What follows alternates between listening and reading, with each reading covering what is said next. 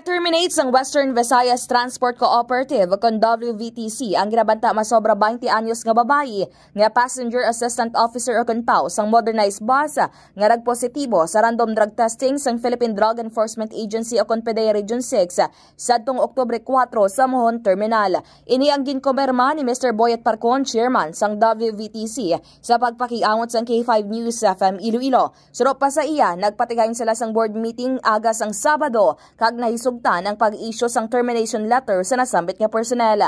Pahayag pa sang natungdan, isa sa polisiya sang ila kooperatiba ang nabayolar amo man ang polisiya sang Land Transportation Office sa LTO.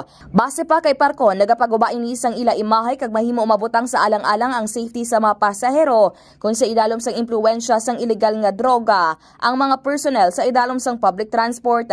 Natala na naman nga magpadulong ang mga personnel Lunes nga adlaw. Yari ang kabahin sang payag ni Mr. Boyet Parcon.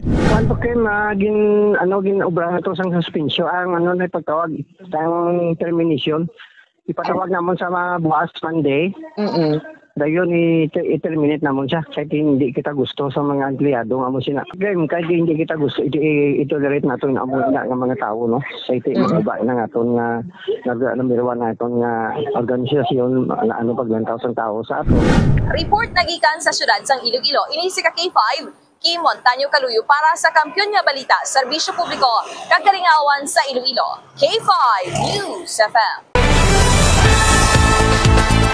Ang ining balita ang ginadulong sa inyo sang DTX Coffee Mix. Himo sa natural nga sangka pareho sang amarkuso, chia seeds, the sugared cane extract powder. DTX Coffee Mix. Nakakapi ka na, naka-detox ka pa. DTX Coffee Mix. Mabakal sa mga butika.